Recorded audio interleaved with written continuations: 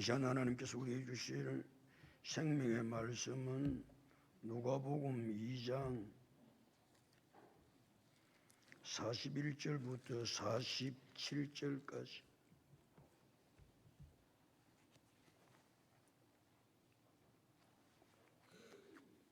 누가복음 2장 41절부터 47절까지 우리 함께 합독합니다.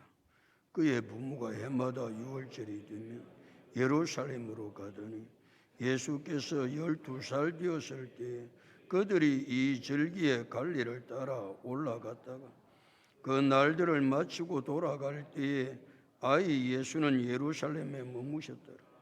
그 부모는 이를 알지 못하고 동행 중에 있는 줄로 생각하고 하룻길을 간 후 친족과 아는 자 중에서 찾되 만나지 못하며 찾으면서 예루살렘에 돌아갔더니 사흘 후에 성전에서 만난 자 그가 선생들 중에 앉아서 그들에게 듣기도 하시며 묻기도 하시니 듣는 자가 다 그 지혜와 대답을 놀랍게 여기더라. 할렐루야. 여러분 인사합니다. 잘 되고 있습니다. 잘 될 줄로 믿습니다. 기도하고 순종하면 더 잘 됩니다. 오늘이 인생 최고의 날입니다.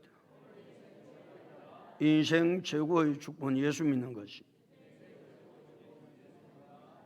할렐루야. 예수님의 아버지 요셉과 어머니 마리아의 삶은 주의 율법을 따라 모든 일을 마치는 삶을 사셨다. 자기들 생각대로, 자기들 의지대로 삶을 살지 않았습니다. 하나님의 사람은 자기 생각대로, 자기 의지대로 사는 것이 아니고 하나님의 말씀을 따라서 살아가는 사람이 하나님의 사람인 줄로 믿습니다. 그렇게 하나님의 사람은 삶을 살기를 늘 결단하는 것이죠. 사람이 자기 생각이 없는 사람이 어디에 있습니까? 자기 의지가 없는 사람이 이 세상에 누가 있나요? 사람은 자기 생각대로 자기 의지대로 살고 싶은 것이 사람의 욕심입니다. 그러나 마리아와 요셉은 그렇게 살지 않습니다. 주의 율법을 따라 모든 일을 마칩니다. 왜요? 하나님의 말씀이 그들의 삶의 나침반과 같았기 때문에 그렇습니다. 하나님의 말씀은 뭐와 같다? 나침반과 같습니다. 그러니까 내가 어떻게 삶을 살아야 될지는 우리는 잘 모릅니다. 여러분 생각해서 똑똑해서 내가 알 것 같지만 내가 어떻게 살아가는 것이 맞는지, 내가 어떻게 살아가는 것이 선한 것인지, 내가 어떻게 살아가는 것이 주님께서 기뻐하는 일인지 우리는 잘 모릅니다. 그러니까 우리는 언제든지 하나님의 말씀은 내 삶에 뭐와 같다? 뭐와 같다? 나침반과 같다.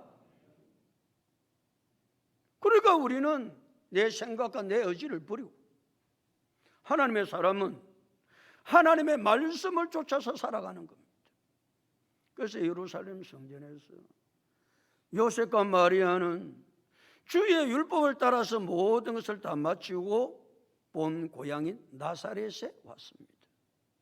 사람은 본 고향으로 가보고 싶은 마음이 본 고향으로 늘 돌아갑니다. 본 고향으로 돌아가야 합니다. 우리의 본 고향은 어디인가요? 본 고향 잘 모릅니까? 다시 제가 묻습니다. 꼭 두 분 무리에 대답을 하니까 우리의 본 고향은 어디입니까? 천국이다. 아멘. 우리는 본 고향을 그래 돌아가고 싶은 거예요. 돌아가고 싶어요? 별론가 봐요. 그래. 평생 여기 살아라 그래. 우리의 본 고향은 천국입니다. 그래 우리는 자꾸 천국에 가고 싶은 거예요. 천국에 언제 가지요? 천국에 언제 가냐고. 예수님 재림하셔야 천국에 들어갑니다. 그럼 예수님은 언제 재림하시죠? 온 세상에 복음이 전파되면 예수님 재림하십니다. 자, 그렇다고 한다면 결론은 딱 한 가지 가질 수 있습니다. 우리는 어디 가기를 늘 사모하고 있다? 본 동네 천국에 가기를 사모하고 있다. 자, 그렇다고 한다면 우리가 제일 열심히 해야 될 일은 뭐 하는 일을 해야 된다? 전도하는 일을 제일 열심히 하는 사람이 어디에 가고 싶은 사람임을 증명하는 것이다. 천국에 가고 싶은 것을 증명하는 사람은 복음을 열심히 전하는 사람입니다. 그러니까 어떻게 하면 우리 가족 식구를 예수 믿게 할까? 우리 가문을 어떻게 하면 예수 믿게 할까? 이 지역에 사는 사람은 어떻게 하면 예수 믿게 할까? 이 민족을 어떻게 예수 믿게 할까? 대답할 때까지 합니다. 세계의 복음만을 어떻게 하면 감당할 수 있을까? 그 사람이 어떤 사람이다? 본 동네를 가고 싶어하는 사람이다, 그 말이에요. 그래서 많은 사람들 안 가고 싶어하는 것 같아요. 아이고, 뭐 이 땅이 좋은데, 얼마나 좋은데. 뭐 천국은 뒷문제고, 하나님 내가 이 땅에서 잘 먹고 잘 살 수 있도록 하나님 은혜를 주옵소서. 다 거기에 매여가지고 이 땅이 아무리 좋아도 이 땅에 첫날 있는 날보다도 천국에서 한 시간이 더 좋다. 좀 거기에 아멘하고. 그러니까 우리는 언제나 어디 갈 생각을 가지고 살아야 된다? 천국 갈 생각을 하고 살아야 된다. 본 동네에 왔어요. 나사렛에서 봤어요. 아기 예수님도 왔어요. 데리고 왔으니까. 예수님이 온 지 40일이 돼가지고 예수님이 이제 자라는 거예요. 보통 아이들처럼. 그래서 자라매 강하여졌다. 애가 건강하게 잘 자라는 거예요. 무럭무럭 잘 자라는 거예요. 뿐만 아니라 지혜가 충만한 거예요. 얼마나 애가 똑똑한지. 이게 육체만 건강하게 잘 자라는 것이 아니고 이 지혜가 말이 자라는 것이 막 보이는 거예요. 그러니까 정신적인 성장이 아이 속에 잘 일어나는 거예요. 그것으로 예수님의 성장은 끝나지 아니하고 하나님의 은혜가 그의 위에 가득했다. 그러니까 예수님은 영적 성장이 얼마나 영적으로 잘 자라는지. 우리의 자람은 세 가지가 이루어져야 되는데 그 세 가지의 자람은 육체적인 자람과 정신적인 자람과 영적인 자람이 일어나야 되는데 우리의 자녀들은 우리의 다음 세대들이 말이죠. 육체적으로 강하게 잘 자라고 지혜도 충만하게 자라고 하나님의 은혜가 충만해서 영적으로 잘 자라는 놀라운 역사가 우리의 자녀들 속에 일어날 수 있기를 예수님의 이름으로 축복합니다. 그 일을 위해서 우리는 힘써야 합니다.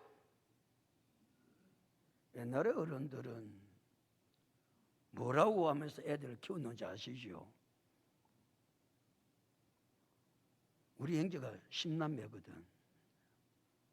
별로 많은 건 아니에요. 12이도 있대. 12이도. 우리 10남매인데 그때 어른들의 이야기, 아니 제가 애를 낳아서 키울 때 이야기는 우리 부모님은 그렇게 말씀하셨어요. 낳아놓으면 큰다.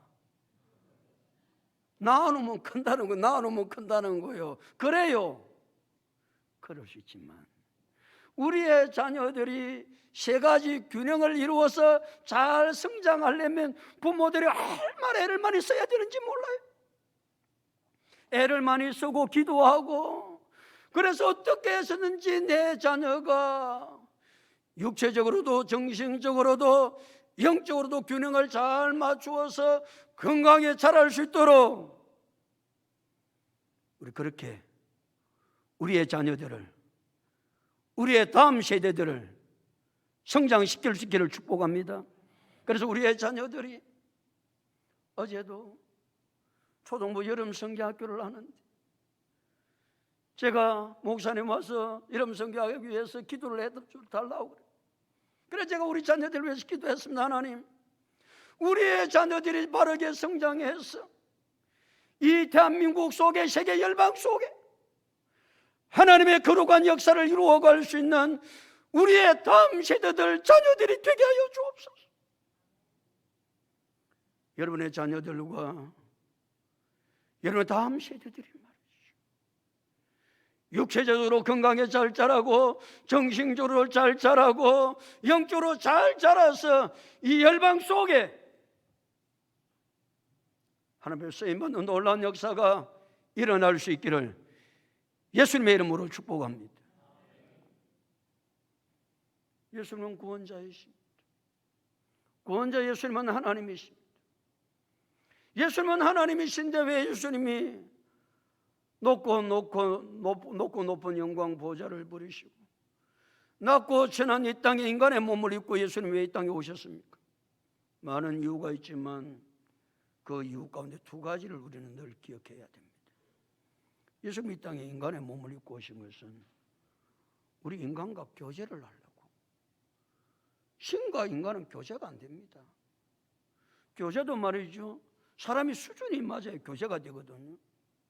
사람도 만나서 대화를 해보면요, 비슷해야 교제가 잘 되지 차이가 너무 많이 나면 교제가 잘 안 돼요. 신과 인간이 어떻게 교제가 되겠습니까? 하나님은 우리와 교제하고 뿐만 아니라 인간이 되어 오셔봐야 인간의 아픔, 인간의 고통, 인간의 연약함, 인간의 실수,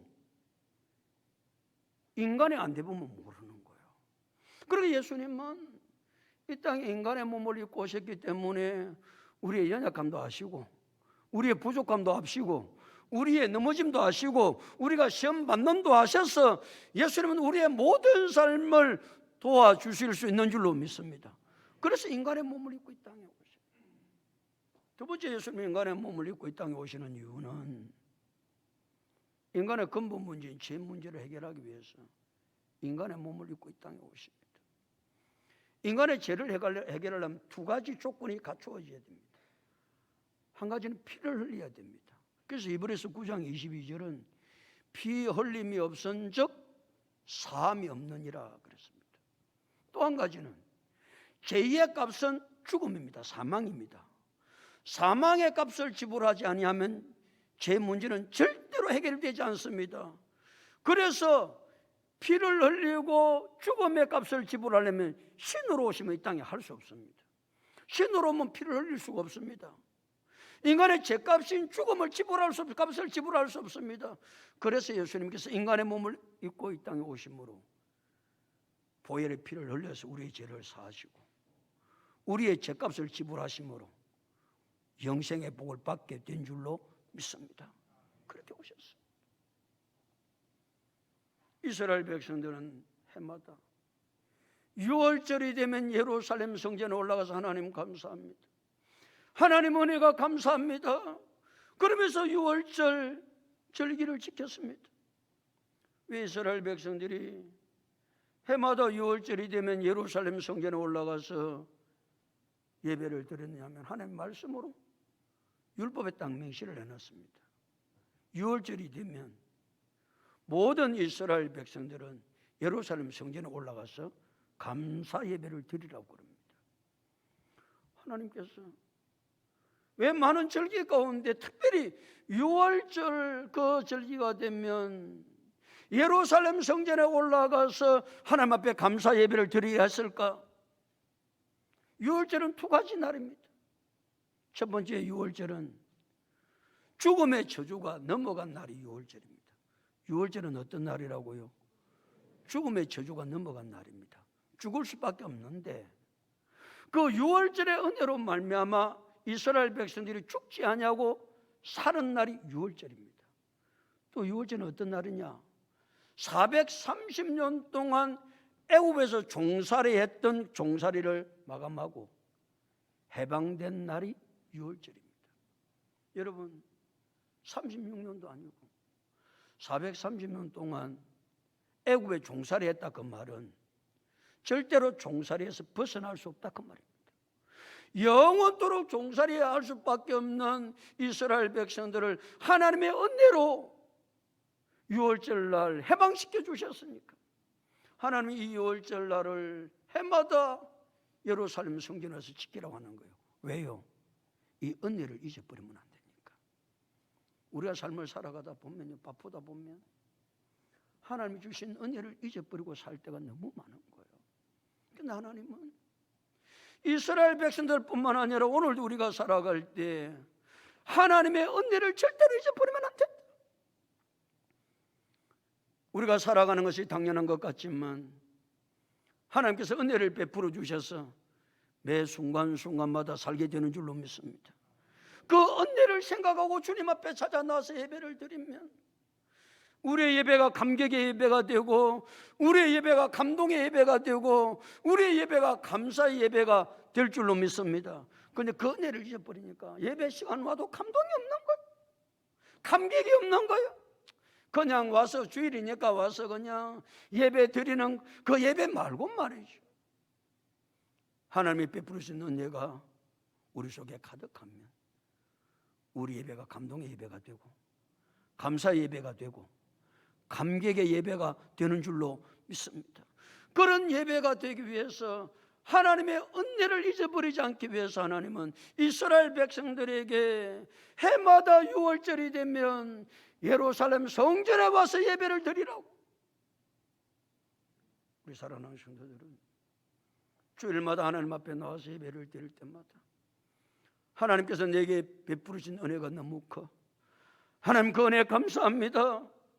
이 은혜를 내가 무엇으로 갚겠습니까?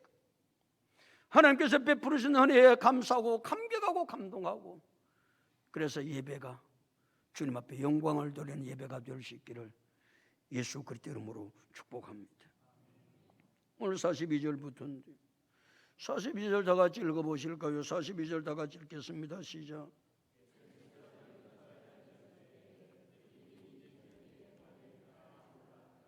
예수께서 몇 살이 되었을 때 12살이 되었을 때 그랬습니다. 유대인들은 말이죠, 그 자녀의 교육을 누가 시키냐? 어머니가 시킵니다. 그렇다고 뭐 아버지는 아무것도 안 한다 그런 이야기는 아니에요. 그럼 이 이야기하면 남자들은 네가 교육 잘못 시켜서 애가 그렇다고 또 아내 또 잡는다 그러라고 그런 건 아니에요. 잘 들어보세요.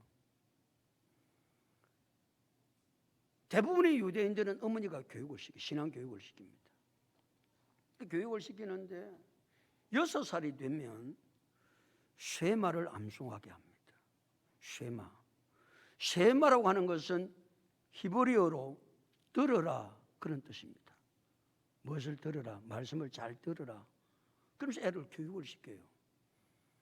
그 쉐마는 신명기 6장 4절의 말씀입니다. 신명기 6장 4절의 말씀이 쉐마는 이걸 애들이 암송을 6살 되면 이스라엘아 들어라. 우리 하나님 여호와는 오직 유일한 여호와시니. 이걸 애가 막 맨날 아침 저녁으로 외우는 거예요. 아침 저녁으로. 근데 이제 쉐마가 좀 세월이 지나면서 쉐마 요절이 좀 많이 늘어났어요. 신명기 6장 4절부터 9절까지를 쉐마라고 해서 6살이 되면 신명기 6장 4절부터 9절까지를 아침 저녁으로 엄마가 암송을 시켜서 점검을 해요.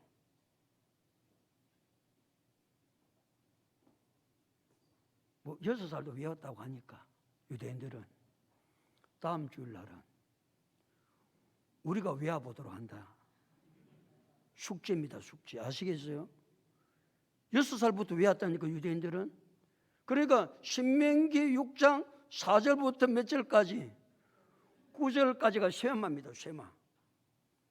그 쉐마를 다음 시간에 주일날은 제일 먼저 내가 암송을 시킬 때니까 6살면 애들도 유대인들은 그걸 지금 암송한다니까. 아침 저녁으로. 그 엄마가 늘 검사를 해요. 외웠나? 외워봐라. 왜 그렇게 외우게 하느냐 하면은 그게 유대인들의 신앙 고백이기 때문에 그렇습니다. 들어보십시오. 이스라엘아 들어라. 우리 하나님 여호와는 오직 유일한 여호와시니. 그랬습니다. 그러니까 뭘 지금 신앙 고백을 시킵니까? 유일신은 하나님 한 분밖에 없어 아니야? 다른 신은 신이 아니야? 사람들이 얼마나 잡신들을 많이 섬기는지 모릅니다. 이것도 신이라고 섬기고 저것도 신이라고 섬기는데, 이스라엘 백성들은 하나님의 자녀들한테 자기 자녀들이 6살이 되면 유일신간을 딱 심어주는 거예요.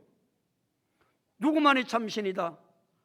하나님 한 분만이 참신이다. 알겠냐? 신앙 고백을 시키는 거예요.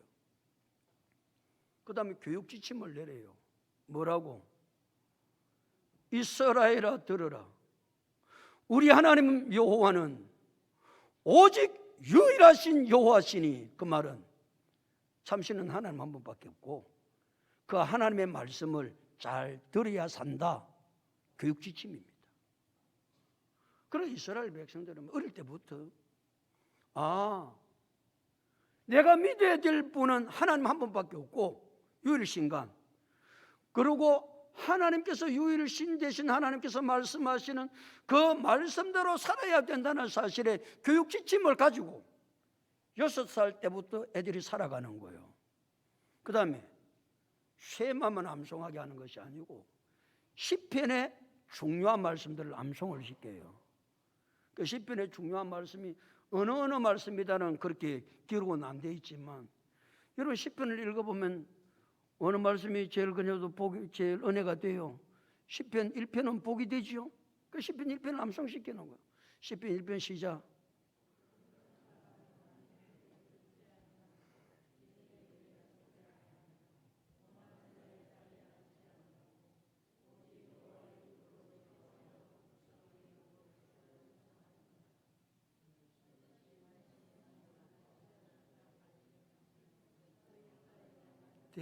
됐어요. 알아서 잘하네. 그래.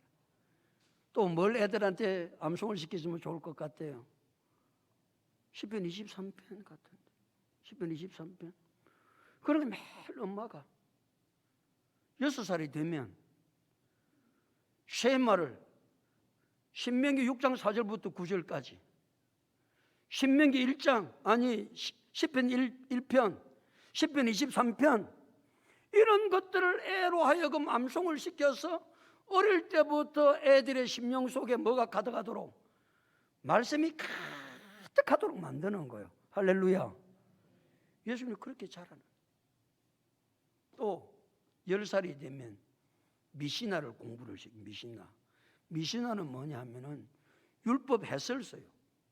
율법이 굉장히 많거든요. 많으니까 이 율법을 애들한테 가르치려고 그러니까 이 애들한테 율법을 해설을 해놓은 책이 미시나인데 그 율법을 가르쳐요. 나이가 13살이 되면 성스러운 예식을 통해서 이 아이를 율법의 아이라고 인을 쳐요. 율법의 아이다. 너는 율법의 아이다. 그러면 13살이 되면 이 아이가 율법을 지키고, 또 율법을 못 지키면 책임을 묻습니다. 내가 왜 하나님 말씀대로 살지 않았느냐고 엄마가 계속 자녀로 하여금 율법대로 살지 못한 것에 대해서 점검을 해요. 또 13살이 되면 유대인들은 어디를 가나 세 사람의 몸에 회당을 지어요. 회당을 지어가지고 거기에 회당에 들어갈 수 있는 나이는 13살이 되어야 회당에 들어갈 수 있는 회원권을 주는 거예요. 그러니까 유대인들에게 13살은 굉장히 중요한 나이예요. 6살, 10살, 13살. 그런데 예루살렘 성전에 율법의 아이가 되기 전에 1, 2년 전에 말이죠, 예루살렘 성전에 자녀를 데리고 가가지고 율법의 아이가 되는 기준에 대해서, 그의 행동에 대해서 먼저 교육을 시켜요. 그러니까 언제 가느냐 하면 보통 11살, 12살 되면 13살의 율법의 아이가 되기 의식을 하기 전에 예루살렘 성전에 가요. 지금 예수님이 그래서 간 거예요. 그때 나이가 몇 살이었더라? 12살 되었어. 그 다음에는 뭐 하는 애예요? 율법의 아이의 성스러운 예식을 하는 날이에요. 그러니까 미리 1년 전에 가서 교육을 시키는 거예요. 아버지 어머니가 교육을 시켜요. 그래 갔어요. 43절 다 같이 읽겠습니다. 시작.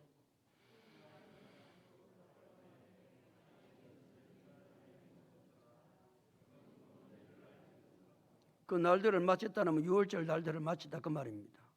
유월절 날들을 마치면 유월절만 지키는 것이 아니고 유월절은 하루예요. 1월 14일 유다 달력으로 1월 14일이 유월절인데 유월절 다음부터 지키는 절기가 무교절이에요.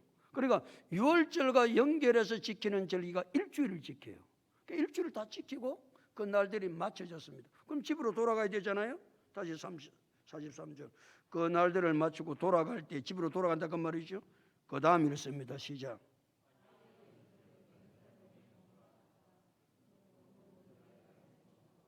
아니 애를 듣고 와가지고 교육시킨다고 12살 먹는 애를 데리고 와가지고 부모가 집으로 돌아갈 때 아이 예수는 어디에 머물렀더라? 예루살렘에 머물고 있는 거예요. 아니 여러분 그러면 돼요 안 돼? 아니 엄마 아버지가 애를 데리고 왔는데 길이 한두 길도 아니고 맨날 며칠을 걸어서 가야 되는데 아니 아이 예수를 예루살렘에 놔놓고 부모가 간다? 여러분 이해가 가요? 그러면 예수님께서 왜 예루살렘에 머물고 계셨을까? 뒤에 설명하지만 예수님이 예루살렘에 머물고 계셨던 것은 율법학자들과 하나님의 말씀을 토론하느라고. 그러니까 하나님 말씀에 집중해서 하나님 말씀이 좋아서 6살 때부터 하나님의 말씀을 암송을 하거든요. 10살부터는 하나님의 말씀에 더 깊이를 들어가거든요. 그래 말씀을 공부해 보니까 하나님의 말씀이 너무 좋은 거예요. 그러니까 이 말씀을 듣지도 못했던 말씀들이 6월절이 되면 율법 교사들 석각들이 막 오거든요. 그 당시에 가장 훌륭한 석각 힐렐, 삼마이, 그 다음에 가마리엘 이런 대석각들이 와서 사람들이 유대인들에게 율법을 가르쳐 주는 거예요. 그 예수님이 그 석각들 46절을 보십시오. 46절 다 같이 한번 읽고 시작해요. 46절 다 같이 시작. 사흘 후에 성전에서 만난 적 그가 누굽니까? 그가 누구냐고요?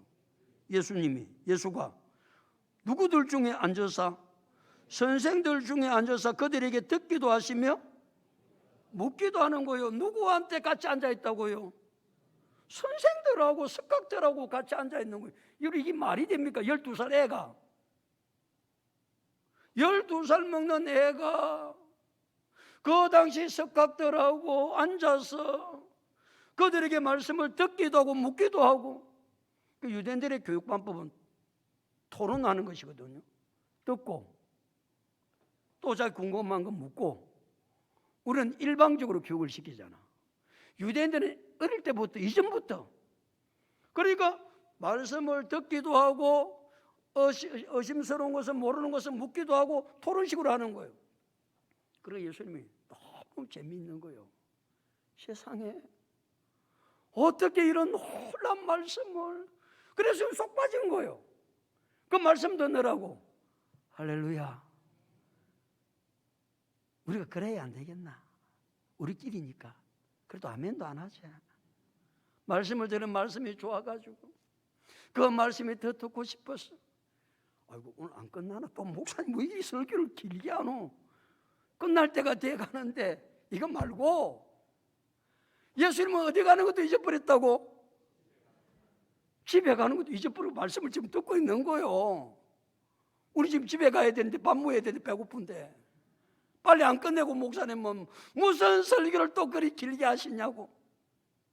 우리 괜히 그렇다는 이야기, 여러분이 그렇다는 이야기가 아니고. 그러니까 예수님이 말이죠, 이 말씀이 흠뻑 젖어든 거예요. 말씀이 너무 좋은 거 하나님의 말씀이. 그러니까 집에 가는 것도 잊어버리고. 문제는 누가 더 많은 거예요? 여기 지금 문제가 44절에서 43절에서 누가 문제가 많은 거냐고. 예수는 부모가 문제가 많잖아요. 아가 같이 가는지도 모르고 그 먼 길을 젖들만 가? 43절을 다시 보죠. 그 날들을 마치고 돌아갈 때 예수는 예루살렘에 머무셨더라. 그 다음에 읽어보십시오. 시작. 그 부모는 뭐 했다고요? 뭘 말지 못해서 아가 같이 가는지 안 가는지도 알지도 못하고 가는 거야. 주여. 그 당시에는 말이죠, 유대인들이 다 모이거든. 예루살렘에 유월절을 지킨다고. 그때 유월절에 모이면 인구가 한 100만이 넘었다. 100만. 그 자그마한 옛날에 도시에 유월절을 지키기 위해서 사람들이 100만이 모였어. 자, 44절을 보세요. 더 기가 찹니다. 44절 다 같이 읽겠습니다. 시작.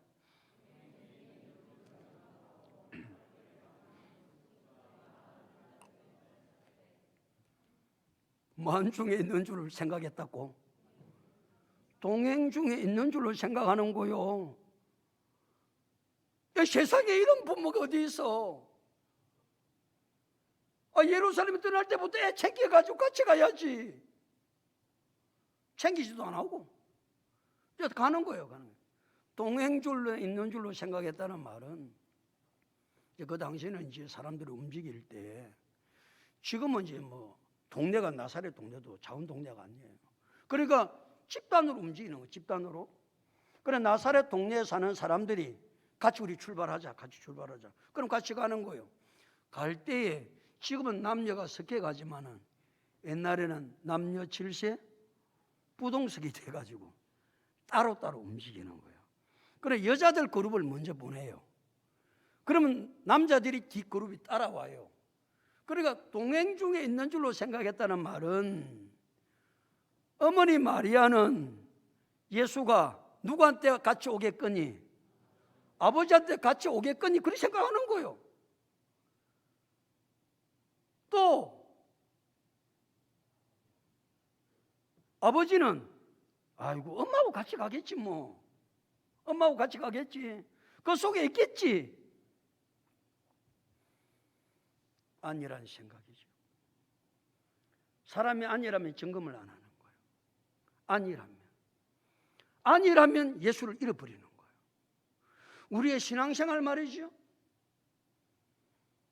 예배도 그냥 안일하게 드려요. 그냥 주일날 됐으니까 와서 예배 드리지 뭐. 그렇습니까? 기도 생활도 안일해요. 하나님이 주신 직분도 그냥 안일하게 그냥 하는 거예요. 뭐 하고 있는 줄 알고 예수님이 나오면 동행하시겠지 뭐. 착각하고 사는 거예요. 예수님의 아버지 요셉과 어머니 마리아는 예수님이 동행 중에 있는 줄로 아는 거예요. 안일하게 생각하는 거예요. 아니라면요, 나태에 빠지고, 나태에 빠지면 사람이 게으르게 됩니다. 예수를 잊어버립니다. 예수를 잊지 않으려면요, 애를 많이 써야 합니다. 그래서 히브리서 12장 2절은 믿음의 주요 또 온전하게 하신 이인 예수를 바라보자. 우리의 시선이 예수께로 머물지 아니하면 예수 잃어버립니다. 그냥 내가 안일하게 그냥 내게 맡겨준 것 하지. 그래야면 예수님이 내게 있는지도 없는지도 모르고 그렇게 신앙생활 할 때 인생 끝나는 거예요. 예수님이 우리의 삶 속에 없으면 인생 망하는 거예요. 그러니까 우리가 정신을 차리고 신앙생활을 해야 된다. 예수님의 아버지 요셉과 어머니 마리아가 동행 중에 있는 줄 알고 그리 가는 거예요. 다시 44절, 동행 중에 있는 줄 생각하고 얼마 길을 갔어요? 하루 길을 간 후 친족과 아는 자 중에서 찾는 거예요. 이 말이 무슨 말이냐 하면은 이제 같이 너무 사람들이 많으니까 갈 때 약속을 하는 거예요. 어디서 만나자. 그러니까 보통 만나는 것은 이제 거기서 만나서 하룻밤을 자는 거예요. 좀 며칠을 가야 되니까 하루길을 이제 가야, 하루길 이제 가서 이제 그때서 이제 사람들을 점검하는 거예요. 새끼 있나, 누구 있나 없나. 점검해 보니까 누가 없는 거예요. 지금 예수가 없는 거예요. 아니, 애를 잊어버린 거예요. 그러니까 예수의 아버지 요셉과 마리아가 얼마나 당황이 되겠어요. 그래서 아기를 찾기 시작합니다. 누구한테 있는가? 친족들을 아는 사람한테 섞여 있겠지. 가서 찾아도 예수가 없는 거예요. 아는 사람 중에 찾았어요. 예수가 보이지를 않는 거예요. 이건 얼마나 당황스러운 일이에요. 예수가 있어야 돼. 예수가 없는 거예요. 자, 그래서 45절 다 같이 읽겠습니다. 시작. 만나지 못하며 찾으면서 예루살렘으로 돌아갑니다. 계속 이제 친족 중에 찾아 없고 아는 사람 중에 찾아 없으니까 계속 물어서 사람들에게 물었어. 우리 예수 안 봤냐고? 우리 자식 안 봤냐고? 찾으면서 예루살렘으로 돌아갔습니다. 예수를 잊어버렸어요. 신앙생활 하면서 예수 잊어버리고 사는 사람이 얼마나 많은지 모릅니다. 예수를 잊어버렸어요. 언제 찾는가? 46절 다 같이 읽게요. 46절 다 같이 시작.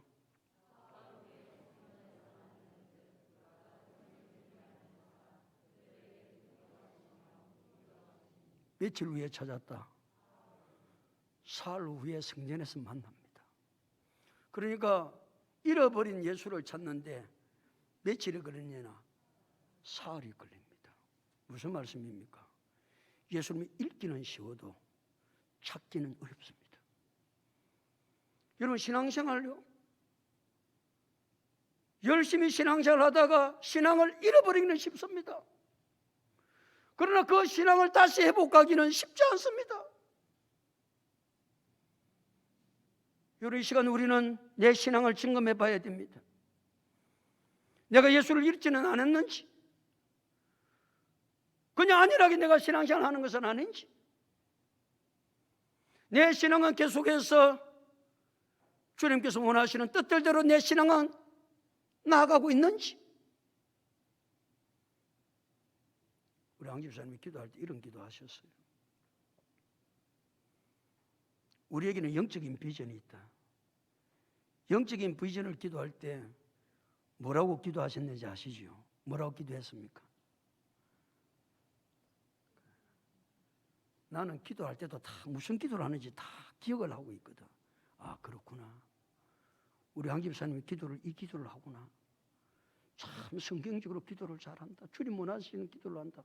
이런 생각을 하는 목사는 우리의 영적인 비전이 무엇입니까? 그리스도의 장성한 분량까지 자라는 것이라고 한 집사님 기도할 때 그 기도를 하셨어요. 자, 우리는 끊임없이 뭐 해야 된다? 자라야 합니다. 어디까지 자라야 된다? 그리스도의 장성한 분량까지 자라야 합니다. 대답 좀 하세요. 그럼 내가 그렇게 자라지 못하면 내 신앙은 뭐 하는 겁니까? 퇴보하는 겁니다. 우리가 1년이 지나고 2년이 지나고 신앙생활한 지 3년이 지나고 5년이 지나면 더욱더 우리의 모습은 누구를 닮아가야 된다? 예수를 닮아가야 합니다. 대답 좀 하세요. 더 열심히 주를 섬겨야 합니다. 주님을 더 기쁘시게 해야 됩니다. 여러분, 신앙생활이 날이 해가 지나가면서 그렇게 되고 있습니까? 여러분, 신앙생활 어떻습니까? 괜찮습니까? 많은 사람은 신앙생활이에요. 처음에는 신앙생활 할 때 주님을 뜨겁게 사랑하고 하나님을 헌신하고 주님 앞에 살다가 이게 어느 세월이 되면 신앙생활한 게 그게 무슨 고상한 척 알고 열심은 또 떨어지고 하나님을 사랑하는 또 떨어지고 주님 닮기는 그 세상 더 닮아가고. 우리가 다 하나님의 아들을 믿는 거 아는 일이 하나가 돼요. 온전한 사람을 이루어 그 다음에 해보세요. 내가 너무 많은 걸 요구하는 거지. 그때 장성한 분량에 이르기까지 자라야 된다. 그게 영적 비전입니다. 우리의 비전은, 영적 비전은 그때 장성한 분량까지 자라는 것입니다. 할렐루야. 그러니까 내가 날이 거듭할수록 내가 주님 닮아가는 모습이 더해야 된다. 그게 신앙생활 잘하는 것이다, 그 말입니다. 그런데 많은 사람들은 신앙생활 할 때 해가 지나가면서 주님을 닮아가는 것이 아니라 더 퇴보하고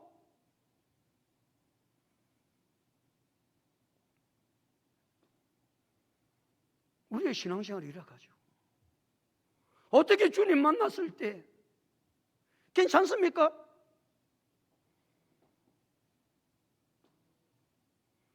신앙을 읽기는 쉽습니다. 예수님 읽기는 쉽습니다. 그러나 다시 예수를 만나기는 만다고요. 굉장히 어렵습니다. 신앙을 읽기는 쉽습니다. 이런 신앙을 회복하는 데는 굉장히 노력이 필요합니다. 그러니까 여러분 신앙생활 할 때 내 신앙을 잃지 않도록 더욱더 날마다 주님 닮아갈 수 있도록 퇴보하는 것이 아니고 침륜에 빠지는 것이 아니고 날마다 그와 같은 믿음의 삶을 살아가서 누가 봐도 신앙생활 날이 갈수록 주님 닮아가고 하나님을 더욱더 사랑하고 뜨겁게 사랑하는 하나님의 사람이라 인정받을 수 있는 우리 모두가 다 될 수 있기를 예수님의 이름으로 축복합니다. 그래야 되지 않겠어요? 이대로 좋습니까? 괜찮습니까?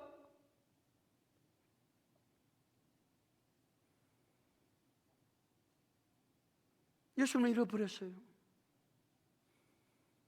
안일하게 잃어버렸어요. 예수를 찾는 데는 친족에게 물어보고 아는 사람에게 물어보고 찾으면서 예루살렘으로 돌아갔습니다. 얼마나 기가 차는 이야기예요? 갔더니 예수님이 뭐하고 계셨다고요? 석각들하고 앉아가지고 하나님 말씀에 대해서 토론을 하기 시작하는 거예요. 그 하나님 말씀이 너무 좋은 거예요. 그 하나님 말씀에 쏙 빠진 거예요. 우리는 다른 데 빠지려고 하지 말고 하나님의 말씀에 그냥 깊이 빠졌어. 그렇게 이스라엘 유대인들은 말이죠. 6살부터 하나님의 말씀을 암송하기 시작했으니까 쉐마 암송하지. 내가 숙제 내줬습니다. 어디부터 암송하기로? 신명기 6장 4절부터 9절까지입니다. 또 10편, 1편, 23편 이런 건 안 하고 너무 많으니까 6살 문에 애들도 했는데 뭐 그걸 못 하겠어요. 그런데 그 쉐마 신명기 6장 4절부터 9절을 암송하면요 굉장히 좋습니다. 굉장히 좋습니다. 이것이 우리의 신앙의 지침이 되고 교육의 지침이 됩니다. 신앙 고백이 되고. 그러니까 다음 시간에 제일 먼저 내가 암송을 시킨다 그랬어요. 제일 먼저 설교를 딱 시작할 때 이걸 제가 암송을 시켜볼 겁니다. 오늘 숙제를 안 내줬기 때문에 암송을 시키면 안 되니까.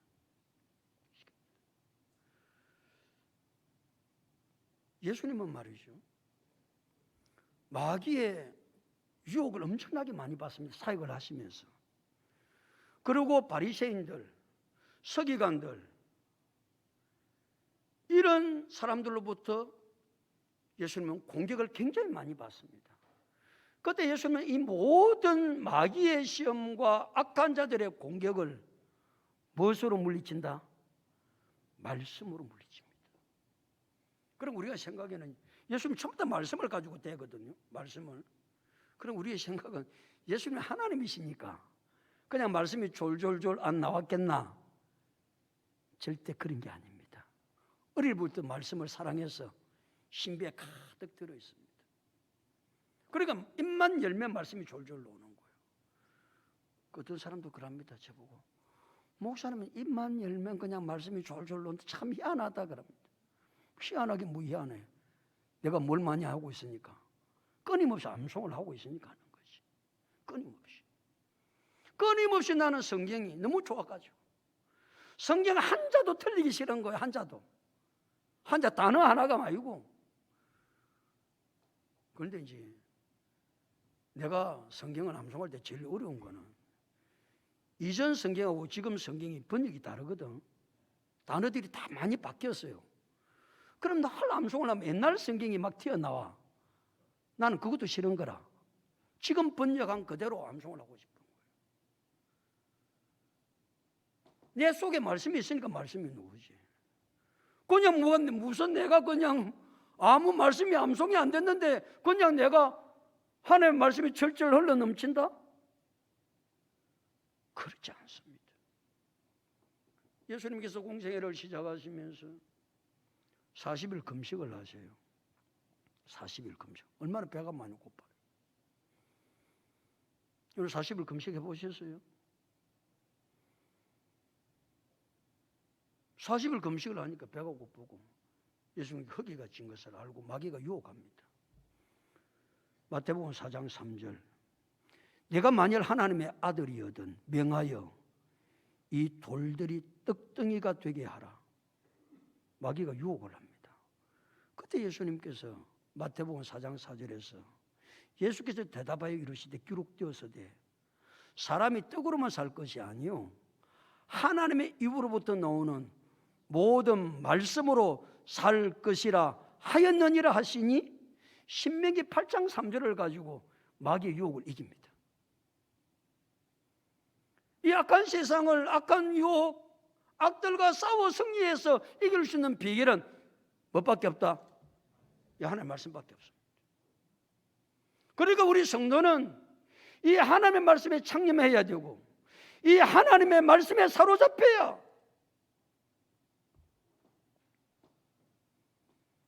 그래서 에베소서 6장 11절에서 17절 에베소 6장 11절 이렇게 시작합니다. 마귀의 관계를 능히 대적하기 위하여 하나님의 전신갑주를 입어라.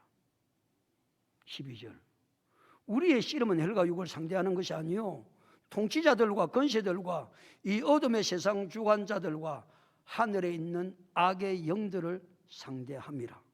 13절 그러므로 하나님의 전신갑주를 취하라. 이는 악한 날에 너희가 능히 대적하고 모든 일을 행한 후에 서기 위함이라. 14절 그런즉 전신갑주로 있습니다. 그 다음에는 제가 머리부터 그냥 하기 쉬우니까 머리는 구원의 투구를 쓰고 가슴에는 의의 호신경을 붙이고 허리에는 진리의 띠를 띠고 발에는 복음의 신발을 신고 왼손에는 믿음의 방패를 가지고 오른손에는 성령의 금 곧 하나님의 말씀을 가지라. 17절에 그렇게 마무리합니다. 하늘 전신갑주를 입는데 4가지는 방어용, 5가지는 방어용입니다. 공격용은 단 하나밖에 없습니다. 성령의 금 곧 하나님의 말씀밖에 없습니다. 그럼 악한 마귀를 무엇으로 이길 수 있습니까? 이 악한 세상을 무엇으로 여러분 이길 수 있습니까? 오직 하나님 말씀밖에 없다. 오직 하나님 말씀밖에 없다. 그래서 예수님은 하나님의 말씀에 집중하고 하나님의 말씀에 창념했던 겁니다. 창념이 무엇입니까? 한 가지 일에 집중하여 끝까지 주력하는 것을 가르쳐서 창념이라고 그럽니다. 창념이 뭐라고요? 방금 내가 이야기했잖아. 창념. 한 가지 일에 집중하여 끝까지 주력하는 것을 가르쳐서 창념이라고 그럽니다. 우리가 신앙생활 하면서 한 가지 일에 집중해야 될 그 한 가지 일은 하나님의 말씀이다. 끝까지 그 말씀이 내 삶을 사로잡을 수 있도록 그렇게 살아가는 것이 신앙생활입니다. 사랑하는 성도 여러분, 예수님은 어릴 때부터 그 속에 하나님의 말씀이 가득했습니다. 6살 때부터 유대인들은 성경을 암송하기 시작합니다. 부모가 그렇게 훈련을 시킵니다. 다른 훈련만은 시키지 말고 또 남편들은 안 해도 된다 그런 건 아니지만 아내들이요, 엄마들이요 자녀에게 성경 암송을 많이 시키고 그렇게 하고 있는지를 아침 저녁으로 점검하고 그래야만 우리의 자녀들이 하나님의 말씀 가운데 사로잡혀 있는 자녀가 돼. 그래서 예수님은 그 말씀이 너무 좋아. 부모가 집을 가는지도 모르고 그 삶의 우선순위가 하나님 말씀이 되어서 살았어. 악한 논수마귀의 계기를 다 물리치고 예수님께서 모든 것을 승리하시죠. 그 모든 것을 승리하는 비결이 다른 데 있지 아니하고 어디에 있었다? 말씀에 있었다는 사실을 기억해야 됩니다. 우리 안일하게 신앙생활을 하면 예수 잃어버립니다. 신앙 다 잃어버립니다. 이런 신앙 회복하는 것은 쉽지 않습니다. 노력을 많이 해야 됩니다. 내 신앙이 이루어지지 않도록. 아니, 해가 되면 해가, 바뀌면 바뀔수록 우리 모두는 다 더욱더 예수님 닮아가는 그런 하나님의 거룩한 사람들이 영적인 비전을 가지고 하나님 앞에 기도하며 살아야 되지 않겠습니까? 그래서 하나님 말씀에 사로잡혀 창념했어. 해가 지나면 지날수록 또 예수의 모습에 나타나고 예수 닮아 하나님의 거룩한 역사를 이루어갈 수 있는 우리 모두가 다 될 수 있기를 예수 그리스도 이름으로 축복합니다.